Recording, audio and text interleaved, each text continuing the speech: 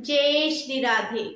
तो दोस्तों 20 तारीख को दिन रविवार 2024 में पड़ रहा है करवा चौथ व्रत। तो अगर आप अपने घर से बाहर हैं, आपको कथा सुनने में कठिनाई हो रही है, कथा सुनाने वाला व्यक्ति नहीं मिल रहा है, या फिर आप अपने परिवार से दूर रह रहे हैं, आपको कथा सुनने में कठिनाई हो रही है, तो ये वीडियो है आपके लिए। तो आइए जानते हैं किस तरह से आप करवा चौथ की व्रत कथा सुनेंगे। तो सबसे पहले तो देखिए, गणपति जी की कथा होती है।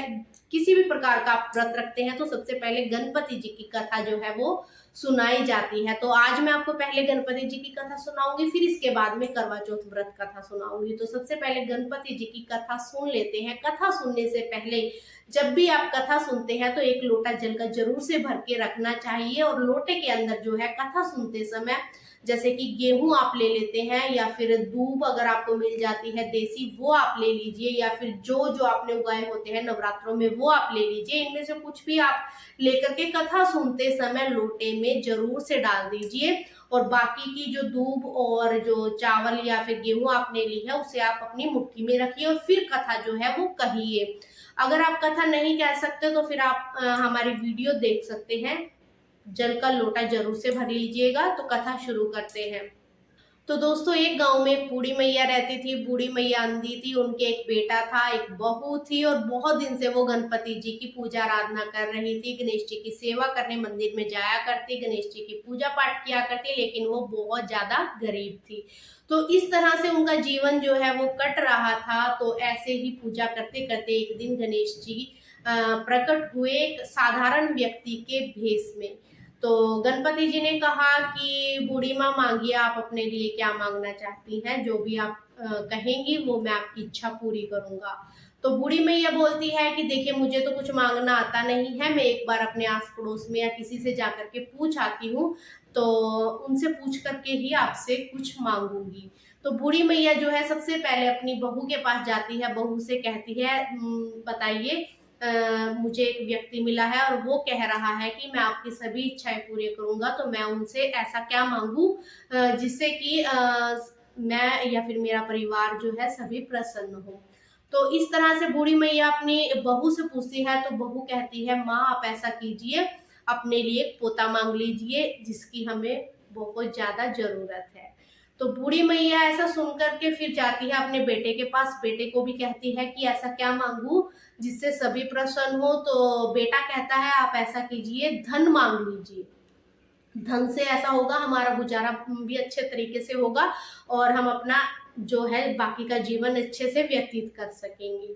तो यह सुन करके बूढ़ी मैया सोचती है, बहू अपने लिए मांग रही है, बेटा अपने लिए मांग रहा है, तो एक बार पड़ोसियों से और पूछ लेती हूँ कि क्या मुझे मांगना चाहिए उस व्यक्ति से। तो ऐसा कह करके जो बुढ़िया है अपने घर से बाहर चली जाती है, और बाहर जाने के बाद में अपने आस पड़ोस के व्यक्तियों से पूछती है कि मुझे ऐसा क्या मांगना चाहिए कि जिससे मेरा पूरा परिवार जो है वो सुखी से जीवन व्यतीत करे। तो आस पड़ोस के जो लोग होते हैं वो कहते हैं कि बूढ़ी मैया देख, बेटा अपने लिए मांग रहा है, बहू अपने लिए मांग रही है, लेकिन तुझे उनके लिए नहीं मांगना है, तुझे केवल अपने लिए मांगना है। तू अंधी है, तेरी आधी जिंदगी तो कट गई है, लेकिन जो आधी जिंदगी अभी रहती है वो पता नहीं कैसे कटेगी बिना नेत्रों के। तुम ऐसा करो कि अपने लिए उस व्यक्ति से नेत्र मांग लो, जिससे कि तुम्हारा जो बचा हुआ जीवन है वो अच्छे से व्यतीत हो जाए। बूढ़ी मैया पड़ोसियों की बात सुन करके आ जाती है उस व्यक्ति के पास, और कहती है, बड़ा सोच समझ कर विचार करके उस व्यक्ति से कहती है कि आप ऐसा कीजिए। तो बूढ़ी माँ उस व्यक्ति को जाकर के कहती है, 9 करोड़ मुझे माया दीजिए, सुंदर सी मुझे काया दीजिए, पोता दीजिए, धन दीजिए, सुख समृद्धि दीजिए। तो इस तरह से करके बूढ़ी माँ उससे मांगती है। तो जो साधारण व्यक्ति होता है, मतलब कि साधारण वेश में जो गणपति जी होते हैं, वो अपना जो है असली रूप में आते हैं और कहते हैं, बूढ़ी माँ तुमने तो मुझे लूट लिया। तो कहते हैं, तथास्तु कह के वरदान देते हैं और कहते हैं, बूढ़ी माँ तुम्हारी सभी मनोकामनाएं पूर्ण हो, तो इस तरह से बूढ़ी माँ को वरदान देते हैं। कहते हैं जो ये कथा सुनता है उसकी सभी मनोकामनाएं पूर्ण होती हैं। जिस तरह से बूढ़ी माँ की सभी मनोकामनाएं पूर्ण हुई, वैसे ही हर व्यक्ति की मनोकामनाएं पूर्ण हो। तो दोस्तों ये थी गणेश जी की कथा। अब इसके बाद में सुनाती हूँ आपको करवा चौथ व्रत कथा। तो दोस्तों एक बार की बात है, एक साहूकार व्यक्ति था, एक गांव में रहता था। तो उस व्यक्ति का बहुत ही खुशहाल परिवार था। 7 बेटे थे, एक बेटी थी। सभी की शादी हो चुकी थी। तो बेटी का पहला करवा चौथ का व्रत था। तो बेटी का नाम भी करवा था। तो बेटी अपने घर पर आई हुई थी, तो वहां पर उसने जो है पहला करवा चौथ व्रत रखा। तो जैसा कि बता रही हूँ कि बहुत ही खुशहाल परिवार था। भाई बहन बहुत ही हंसी खुशी जो है अपना जीवन व्यतीत कर रहे थे। तो उसी दौरान बहन का पहला करवा चौथ व्रत आता है। बहन व्रत रखती है। तो संध्या का समय होता है, भाइयों के खाने का समय होता है, भाई भोजन कर रहे होते हैं। तभी वो बहन को कहते हैं, बहन तू भी यहाँ पर बैठ आ और भोजन कर ले। तो तभी बहन कहती है कि भाई तुम भोजन कर लो, मैं अभी नहीं करूंगी क्योंकि अभी चांद नहीं निकला है, मेरा करवा चौथ का व्रत है।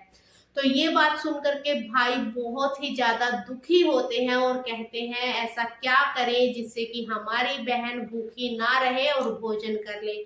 तभी सातों भाइयों में से एक भाई गांव से दूर जाकर के एक पेड़ पे अग्नि जलाता है और एक भाई जो है बहन को छल्ली दिखाता है और कहता है, बहन देखो चांद निकल आया है। तो इस प्रकार बहन चांद देखती है और अपनी भाभीियों को भी कहती है कि तुम भी जल्दी से चांद देख लो और चांद देख करके जल दे दो, जल देने के बाद में भोजन कर लो।